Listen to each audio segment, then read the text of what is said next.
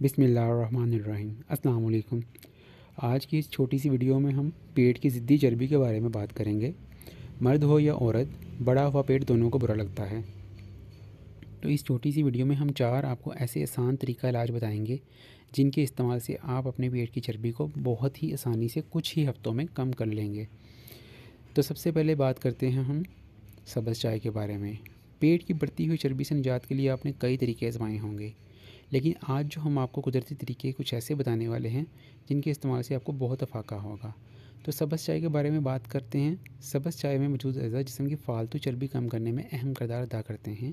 ये ना सिर्फ जिस्म की चर्बी को कम करती है बल्कि जिस्म के जहरीले मादे भी निकाल देती है। सर्दियों के मौसम में रोज़ाना 2 कप ग्रीन टी पीने से आपके पेट की चर्बी बहुत जल्दी घुल जाती है। दूसरा तरीका है लहसुन। लहसुन का इस्तेमाल जिस्म में शुगर और इंसुलिन की मकदार को कंट्रोल करता है और जिस्म में मौजूद फालतू चर्बी से निजात दिलाता है। रोज़ाना सुबह 1 से 2 जुए लहसुन नहार मुँह आप खा लें और उसके आधा घंटे बाद नाश्ता कर लें। ये तरीका इलाज आप पूरी ज़िंदगी भी जारी रख सकते हैं, शर्तिया आपका पेट कभी बाहर नहीं आएगा। आज़मा के ज़रूर देखिएगा।